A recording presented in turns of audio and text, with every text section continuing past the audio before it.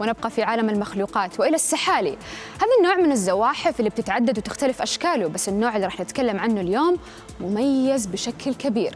بلو تونجد سكينج أو السحلية ذات اللسان الأزرق، المخلوق اللي بيشبه الحيوانات الخيالية كالتنين مثلاً.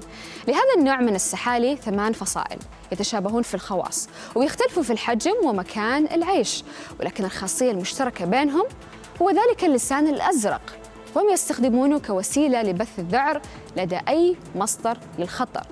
ولأن اللون الأزرق يعد نادراً في الطبيعة، فعرضه على المخلوقات بيسبب خوف لأعداء السحلية، وهي مؤشر يجعل العدو يشعر بأن هذا المخلوق اللي أمامه غير صالح للأكل، ذلك بسبب لون لسانه الأزرق، فيبتعد عنه.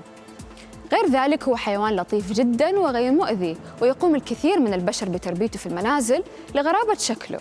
والأمر المميز أيضاً لدى هذا المخلوق هو أنه بيتكاثر بالولادة وليس بالبيض كأغلب الزواحف. تم العثور على السحالي ذات اللسان الأزرق في معظم أنحاء أستراليا، حيث تعيش هذه السحالي في المناطق المفتوحة مع الكثير من الغطاء النباتي.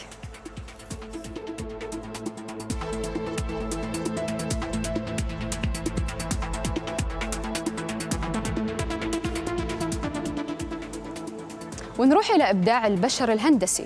تمتلئ مدن العالم بالمتاحف الجميلة، ولكن في موقع غير اعتيادي بين الجبال المرتفعة تقع تحفة معمارية عبارة عن متحف حقق شهرة عالمية وأصبح موقع جذب سياحي مهم.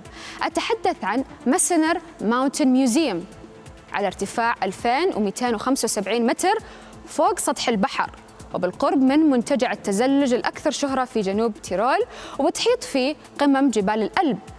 متحف جاء بفكرة متسلق الجبال والمغامر والمستكشف الإيطالي رينولد ماسنر، اللي يعد أول شخص بيتسلق جميع الجبال ال14 اللي يزيد ارتفاعها عن 14 متر في العالم، وأول من تسلق إيفرست بدون مساعدة من الأسطوانات الأكسجين. وتم إنشاء هذا المتحف بهدف تثقيف الزوار حول تاريخ تسلق الجبال وتسلق الصخور، وتاريخ الجبال الأسطورية أيضاً، وتاريخ البشر اللي بيعيشوا في الجبال. أما عن مهندسة هذه التحفة المعمارية هي الراحلة زها حديد، والتي قامت بعكس تفاصيل عميقة عن علم تسلق الجبال والبيئة المحيطة، فقامت بتصميمه على شكل كهوف ونوافذ وشرف، وبألواح خارجية تعكس ألوان قمم الأحجار والجبال المحيطة.